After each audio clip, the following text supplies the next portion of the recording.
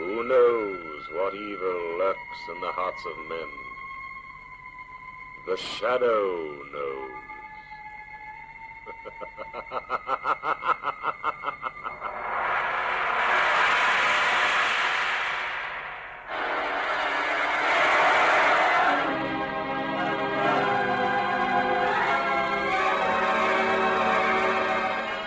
Once again, we bring you the thrilling adventures of The Shadow, the hard and relentless fight of one man against the forces of evil.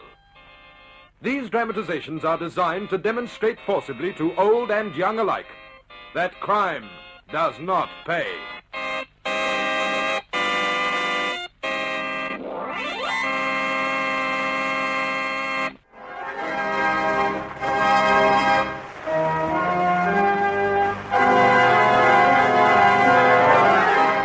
The Shadow, who aids the forces of law and order, is in reality Lamont Cranston, wealthy young man about town. Years ago in the Orient, Cranston learned a strange and mysterious secret: the hypnotic power to cloud men's minds so they cannot see him. Cranston's friend and companion, the lovely Margot Lane, is the only person who knows to whom the voice of the invisible Shadow belongs. Today's drama, The Disappearing Corpse.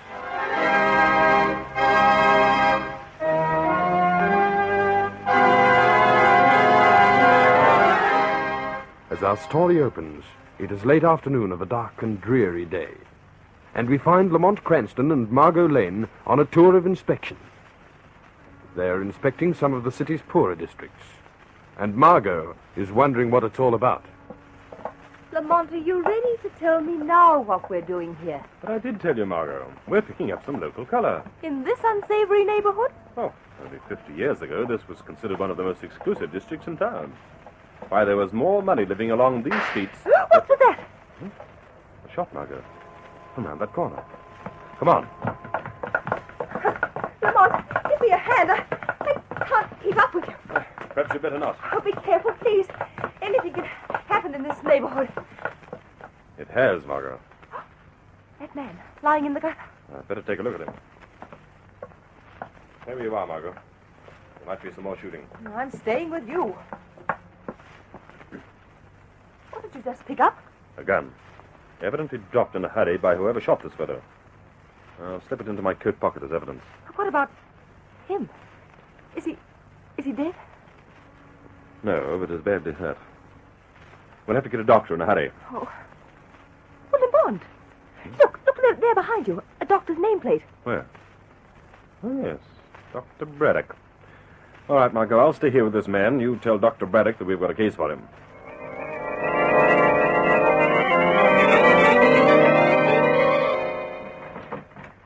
Careful. Careful, Mr. Cranston. We must get the stretcher into the house without jarring the patient. Gently, Mr. Cranston. Now, gently. That does it. Now, into my surgery. That room directly ahead. But Dr. Braddock, he looks dead. He isn't, Miss Lane, but only a miracle can save him with a bullet so close to his heart. And now, Mr. Cranston, we'll lay him on this operating table. With the stretcher, Doctor? Yes, I don't want to move him unnecessarily. There, Miss Lane, will you be good enough to close that window? Yes, Doctor. We must keep out as much infection as possible. Nurse, Miss Parker. Yes, Doctor. Prepare the patient for surgery while I sterilize. Yes. I beg your pardon, Doctor, but don't you think Miss Lane and Mr. Cranston should leave the room? Why, of course, they'll go. Dr. Braddock, would you mind very much if I watched you operate? I certainly would, Mr. Cranston. I can't take the risk of infecting this man. He's close to death without additional exposure. And thank you for whatever assistance you had in mind. Oh, that's all right, Doctor. Come on, Margot. We'll sit in the waiting room. Thank you. Miss Parker, tie my gown, please. I'll need a hypodermic. 2 cc's. Oh, Margot, this may take some time. You may as well be comfortable. Now, give me a coat, dear. I'll hang it up on this stand.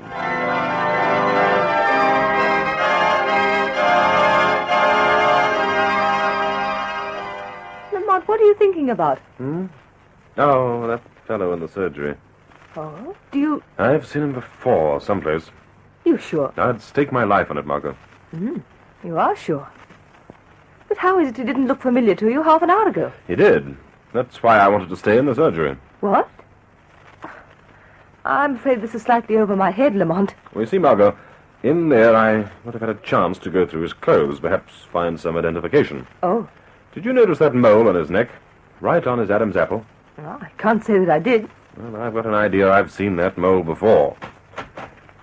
Oh, Mr. Cranston. Dr. Braddock, how's the patient? He's dead, Miss Lane. Oh. Miss Parker, will you come in here, please, and bring your notebook? Certainly, Doctor. Mr. Cranston, there was absolutely nothing I could do to save that man's life, although I tried. I understand.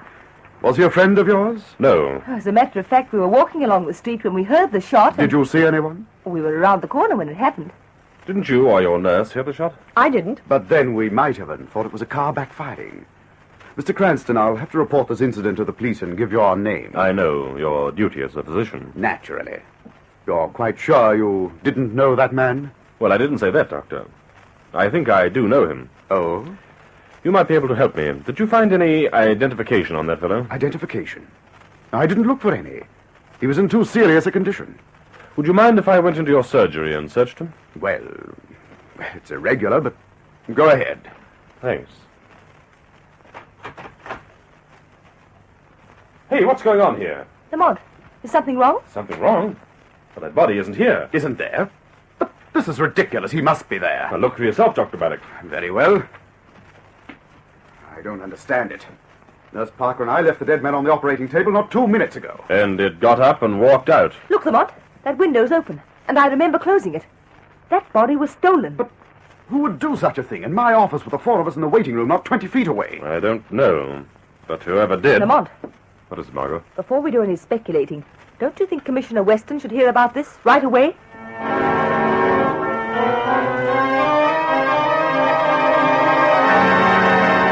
No, just a minute, Cranston, and you too, Miss Lane. You mean to tell me you were in the next room when that corpse was stolen, Yes, Commissioner, with Dr. Braddock and his nurse, Miss Parker. and you heard nothing? In the surgery, not a sound. Lots of things have happened in this district, but this beats them all. Are there any clues as to who the dead man was? None, Commissioner. Except the mole on his Adam's apple. That's a great help. How about the murderer? Did he leave anything around? Only his gun. Eh? Oh, come on, where is it? Well, I have it right here in my coat pocket. Now, don't tell me you've misplaced it, Cranston. I don't understand. I picked it up in the street and put it in my coat pocket. And then while Dr. Braddock was operating, I hung Margot's coat and my coat... Oh, but you didn't, Lamont. You hung my coat on the stand, but your coat you threw on a chair. Yes, I did. Well, the gun must have fallen out. You certainly know, Mr. Cranston, how to help the police department, don't you? Commissioner, if we hurry back to Dr. Braddock's house... Don't bother. I'll manage this little case all by myself. And thanks for finding a corpse and then losing him. Now, just a minute, Commissioner. And for finding a perfect piece of evidence like a gun and losing that, too. You're certainly in rare form this time, Mr. Cranston. Well, Lamont, Not too well, Margot. Come on, I'll take you home. and then what? I don't know. I might even blow my brains out. If any.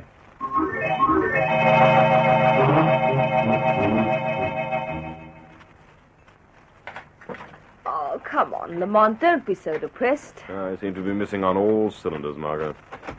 What you need is a cup of hot tea and a chance to think. If I could only remember who that dead man was, where I've seen him. Here, give me your coat. I'll hang it up. All right, darling. Oh, answer that phone, will you? I'll go into the kitchen and start the tea going. Hello. Oh, it's you, is it? No, yes, Commissioner, it's me. Well, Mr. Cranston, for your information, I've just been to Dr. Braddock's house. Did you find any trace of the body? No, nor of the gun. Nor of Dr. Braddock, for that matter. What? And if you want another piece of information, Cranston, nobody's living in that house. Now, just a minute, Commissioner. Didn't you notice the dust covers on the furniture? Oh, what are you talking about, Commissioner? You should have looked through the window before you decided to play a practical joke on me.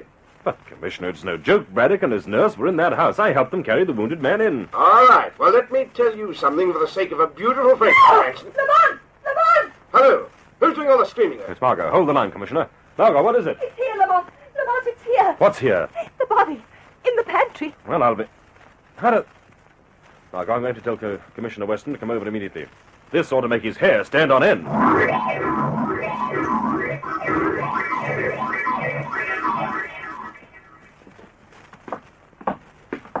Now, let's get back upstairs, Margot. I wish I knew what all this is leading to, Lamont. Well, it's obvious that whoever brought the corpse into your flat had to use this tradesman's stairway. That's not what I mean. Using the front entrance would be too dangerous. The liftman and the other people would see the murderer. The tradesman's entrance is into the basement through a dark lane. Then he came up those stairs and into your flat. That's what I mean. Why my flat? I don't know, Margot. But it's certainly part of a plan. Well, I don't mind telling you I'm nervous. Imagine going into a pantry for some tea and finding a corpse. A corpse that was stolen. But what kind of a plan? Who's behind it? What does he want? Oh, I'm sure I don't know. Let's go into the living room. Oh, Lamont, will you please stop staring at that body? Yeah, that's another thing. That mole on his Adam's apple. I've seen him somewhere, but I don't know just where. Lamont, are you coming into the living room? Yes, I'm coming. I'm sure that's the key to the whole riddle. What is? The identity of that man. Margot, I've never felt so strongly about anything.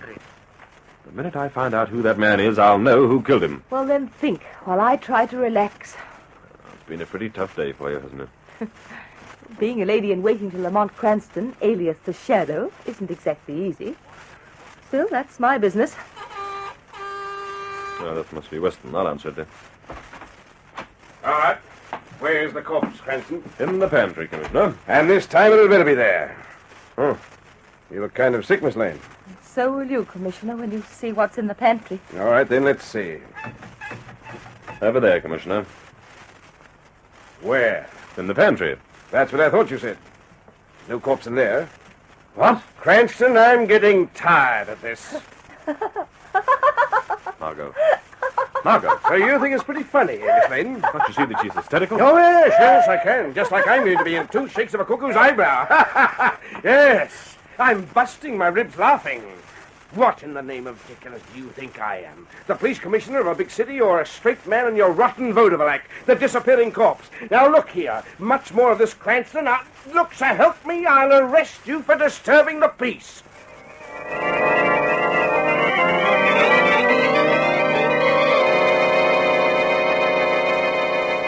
A difficult situation for Lamont Cranston to explain. It looks as though the Shadow will need to take a hand. We'll return to this adventure in just a few moments.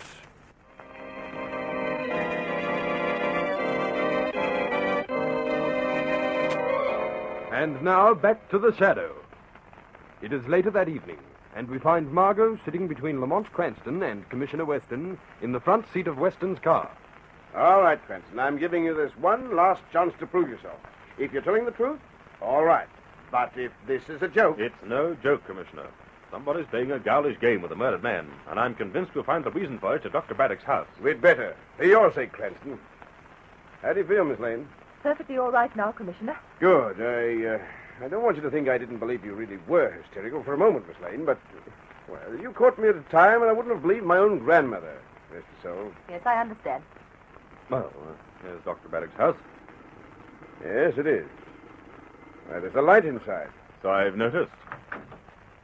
Is this the house you came to, Commissioner, and found unoccupied? This is it. Now, look here. Are you trying to tell me I went to the wrong house? It's possible. Well, this is the house, Cranston. There's only one Dr. Braddock in the street and only one plate with his name on it. There was no one home when you rang the bell. So it seems. There were no lights. The furniture was covered. Yes. Hello, Miss Parker. Do you wish to see the doctor? Yes, if he's in, nurse. Come in, please.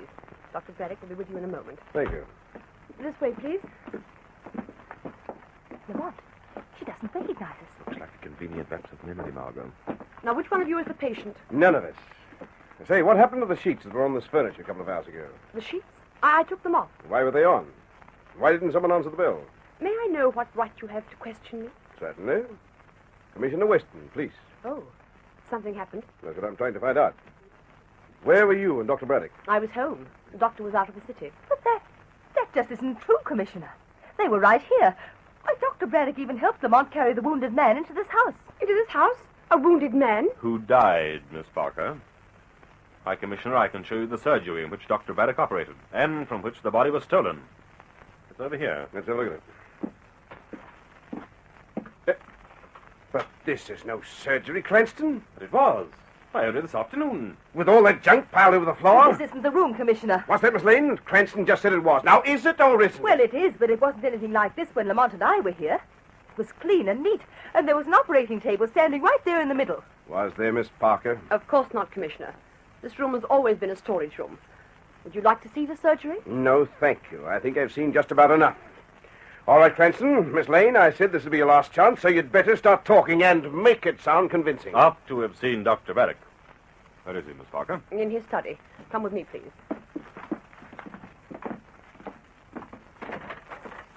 Excuse me. Dr. Braddock, some people to see you. Ask them to come in, Miss Parker. Thank you. Miss Lane, Mr. Cranston, Police Commissioner Weston. Police? But, Lamont, this isn't Dr. Braddock. I beg your pardon, young lady. You're not the man who was here this afternoon. Here this afternoon. Miss Parker, what is the meaning of this? I don't know, Doctor, but I think these people are trying to ruin your reputation. Well, They claimed you operated on a wounded man, and that after he died, his body was stolen. I see. That's a very serious charge. Are you preferring it, Commissioner? I am not. I can emphatically say no one has occupied this house for a month. Miss Parker will tell you that. I already have, Doctor. I was out of the city on a holiday. I can prove that, Commissioner. Also, that I am Dr. Braddock and have been for many years. But somebody was here this afternoon working with Miss Parker. I think you've done quite enough harm, Mr. Cranston, without trying to involve my nurse. And now, if there's nothing I can do for you as a doctor... Oh, but there is. You can do me a big favor, Doctor. Take Cranston and Miss Lane into your laboratory and examine their heads. Margot, this whole business is fantastic. It's utterly crazy. You don't have to tell me, Lamont, but why are we rushing to your flat? I have a hunch. I still think that dead man's identity is the key to the whole case. But how do you expect to find it there? Well, you know that file I keep on master criminals? The newspaper clippings and the pictures? Yes. But was that man a master criminal? I'm sure he wasn't. But some of those pictures were taken in police lineups. Lots of faces. One of them might be our mystery corpse with the mole on his Adam's apple. Well, I certainly hope so. What's the matter, Margot? Look, there, on the sofa. Good grief. The corpse. What are we going to do? Now, the first thing is to calm down. I'm pretty sure this is the end of the trail.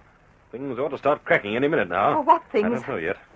But I'll have a better idea if I find out what I'm looking for in this file. At least I'll know who the murderer is. Well, how? By association, perhaps. Have a look at this picture, Margot. A police lineup. Oh, but so many people, That fellow in front, extreme left. Does that look like the corpse? Yes. Yes, that's him. Who is he, Lamont? Nick Barton, a cheap crook who had quite a lot of the city's underworld under his thumb. Do you know who killed him? I've got a pretty good idea. Somebody who obviously wanted to cut into Barton's source of loot. Well, who? I'll tell you in a minute. This call is important. Hello? Hello, Mr. Cranston. This is Dr. Braddock. Really? And what can I do for you? That body that was stolen from my surgery, I understand it's in your flat. You understand correctly. You put it there. Now, Mr. Cranston, stealing a corpse is a fiendish crime. Naturally, I don't expect you to admit it, Naturally. especially in view of the fact that you killed that man. Of course, I shall have to notify the police, Of course. You tell the police, and Corpse and I will be waiting. if you so choose. However, I have a way out for you. I'm sure of it. I can arrange to have the body removed and disposed of without any embarrassment to you. How much will it cost? 15,000. I think you'd better notify the police. Pretty sure of yourself, Mr. Cranston, eh? Perhaps. Is it because you don't know that I have the gun? What? The murder weapon, Mr. Cranston, with your fingerprints on it. Why, you... 15,000 isn't such an awful lot of money, is it? All right, you win. Be at my flat at 10 o'clock tonight. I'll have the money for you. Lamont, you didn't mean that, did you? No, Margot. But I'm going to have something waiting for that fellow that'll make him... Who's that? Who's there? Me, Weston, come on, open up. Good heavens. Wait a minute, Commissioner. Margot, we'll have to get this body out of the way. What are you talking about? I don't want Weston to see it. Not before I've got the murderer. But why not? We've been telling Weston about the corpse My and... fingerprints are on the gun that killed him. Oh, Hurry, open that cupboard door. you're going to put him in there? That's the only safe place. Open the door. I hope you know what you're doing, Lamont. I know. There. Now close that door. I'm going to let Weston in.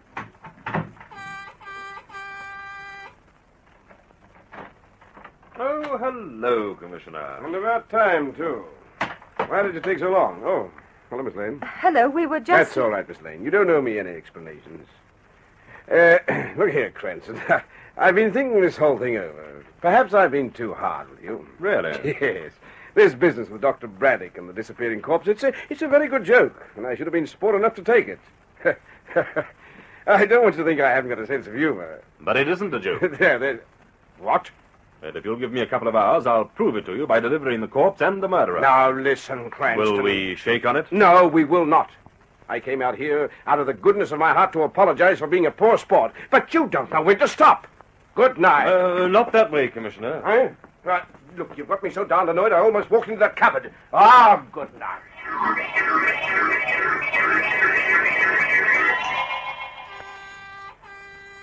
Just a minute, Lamont.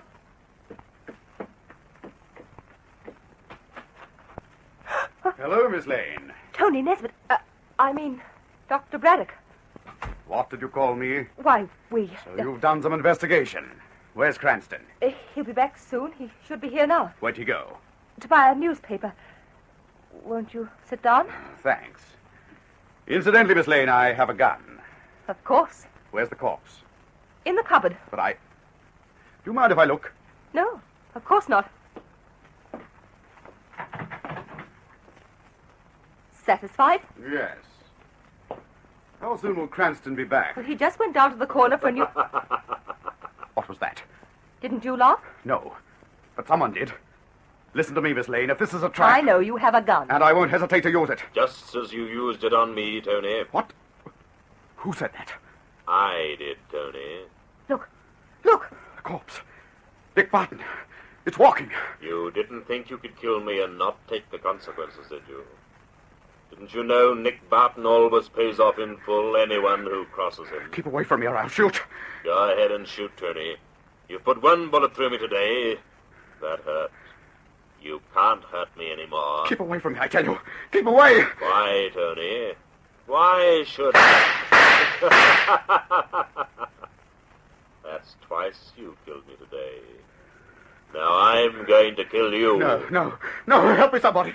Don't let him touch me. Are you afraid to die? Nick, listen. Listen to me, please. Did you listen to me, Tony? Please. I'm begging you, Nick. Don't touch me. I'll tell the police what I did to you. I'll square things, believe me. Only don't touch me. No, Tony. No. I'm getting out of here. Hey, what's going on? That corpse, I killed him. Nick Barton, I killed him, but he's coming after me. What? No, don't hold me. Let me go. Wait a minute. Come in here. Come on. Now, come on. Tell us, who did you kill? Nick Barton. Good grief. That corpse on the floor? Miss Lane, what's all this about? Where's Cranston? Right here, Commissioner. Didn't you hear me calling you? I was no more than 20 steps behind you. What is this all about? This fellow just confessed to killing Nick Barton. That corpse in the middle of your living room. Well, you know what to do with a confession, Commissioner. Who should know more about a certain murderer than the murderer himself?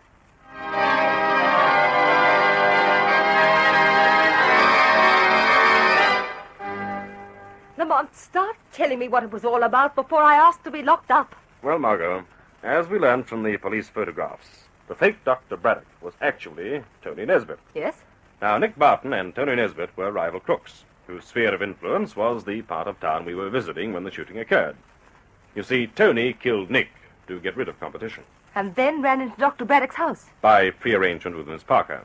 You see, Tony and Miss Parker were sweethearts. I see. And she let Tony pretend to be the doctor. Yes, but Lamont, why didn't they just run away, as criminals usually do after a crime? Well, that was the original plan.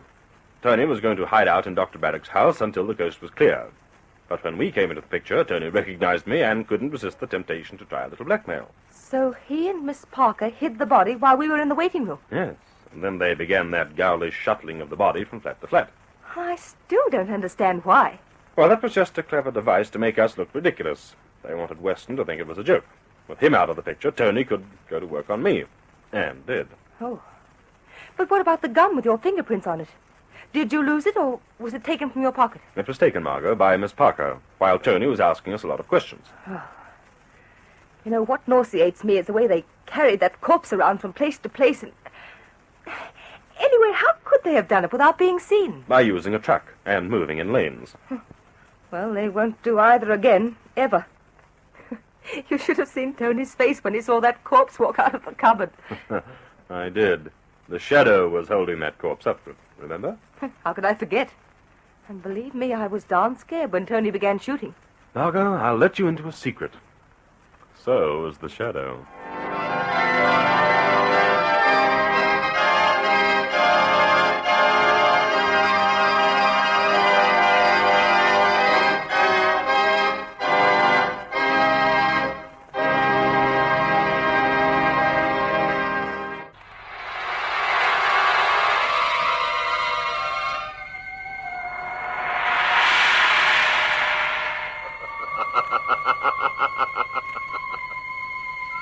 As you sow evil, so shall you reap evil. Crime does not pay. The shadow knows.